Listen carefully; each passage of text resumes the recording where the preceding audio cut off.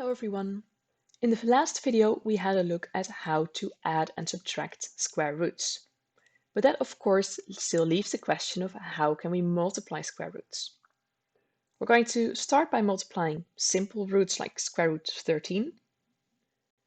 And then we will have a look at more complicated ones like 7 square root 3, because in the previous video we saw that there can be a number in front of a square root. Just like before, it's the y of this is going to be quite complicated, so we're not going to have a look at that. But the rule is easy enough that it should not be an issue. So starting with those simple square roots, and I'm just going to start with a basic rule, and that is that if I have square root a times square root b, it is going to give me square root a times b.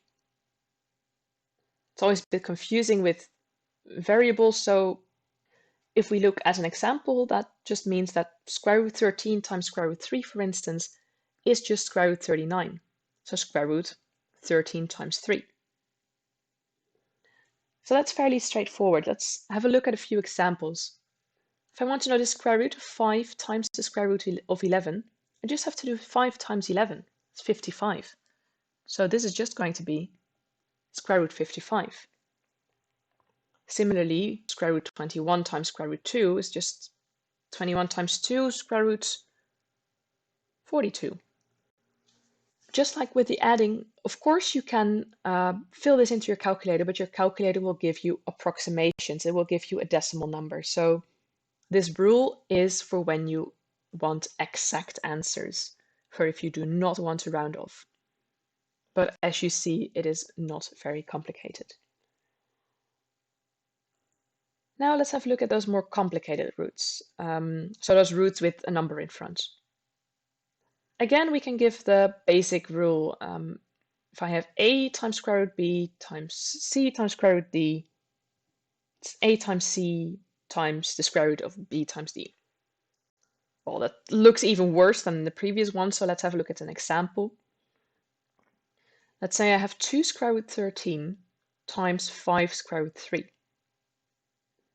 Then what I have to do is I multiply these two numbers in front, and I multiply the two numbers inside. So I've got 2 times 5 square root 13 times 3, so 10 square root 39. And again, that's all there is to this rule. So let's have a look at a few more examples. Suppose I have 8 square root 5 times a half square root 11. Well, 8 times a half is 4. 5 times 11 is 55. So this is 4 square root 55. Next one, maybe with a negative number. Minus 3 square root 21 times 4 square root 2. Minus 3 times 4 is minus 12. So I can already write that down. 21 times 2 is 42. So square root 42. Lastly, one more difficult one. Minus square root 7 times 2 square root 2. What does this minus in front of the square root 7 mean? Well, it kind of means we've got minus 1 square root 7, but we just don't write the 1. So minus 1 times 2, that's minus 2. And then square root 7 times square root 2, square root 14. So again, a pretty straightforward rule, much more convenient than the adding and subtracting. So that's all there is to multiplying square roots. It basically does what you would hope it to do, what you expect it to do, unlike the adding and subtracting, which doesn't behave very nicely. So I hope this helps you out in multiplying square roots, and now let's get to practicing.